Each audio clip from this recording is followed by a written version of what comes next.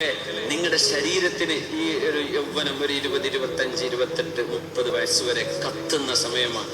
ആരും ഉപദേശിച്ചും തലയിൽ കയറില്ല. പ്രേമത്തിലെങ്ങാനും കുടുങ്ങിപ്പോയോ ആരും പറഞ്ഞിട്ടും കാര്യമില്ല, നിങ്ങളെ തലയ്ക്ക് അത് കയറൂല. ആണായാലും പെണ്ണായാലും പിന്നെ ചിലത് അനുഭവിച്ചറിയേണ്ടി വരും. അതിന്റെ പരാജയവും അതിന്റെ ദുരന്തവും. പിന്നെ മാതാപിതാക്കളൊക്കെ നിങ്ങൾ തള്ളിവിടും. എന്തോ ആയിക്കോട്ടെ, പറഞ്ഞാൽ കേൾക്കാൻ പിന്നെ അങ്ങനെ ചെയ്യാം, എന്തോ ആയിക്കോട്ടെ എന്ന് പറയും.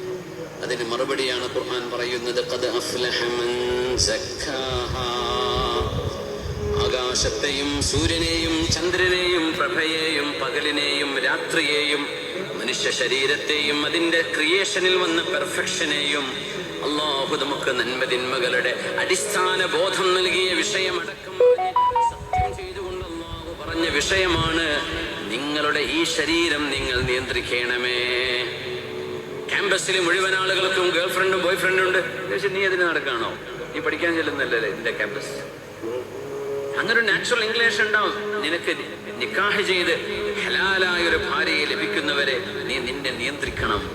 അതിനാ ശറഅ് പറയുന്നത്. എന്നല്ല തോന്നിയ പോലെ നടക്കണോ? കിട്ടാത്തത് കൊണ്ട് അങ്ങനെ ചെയ്യുന്നു, അങ്ങനെയല്ല. തിന്മയുടെ അവസരം ലഭിച്ചാൽ പോലും തിന്മയിൽ ഒരു മുഅ്മിനായ മനുഷ്യൻ ചെന്ന് വിടാൻ പാടില്ല. قد أفلح من زكاها وقد خاب من. നമ്മുടെ ന്യൂ ജനറേഷൻ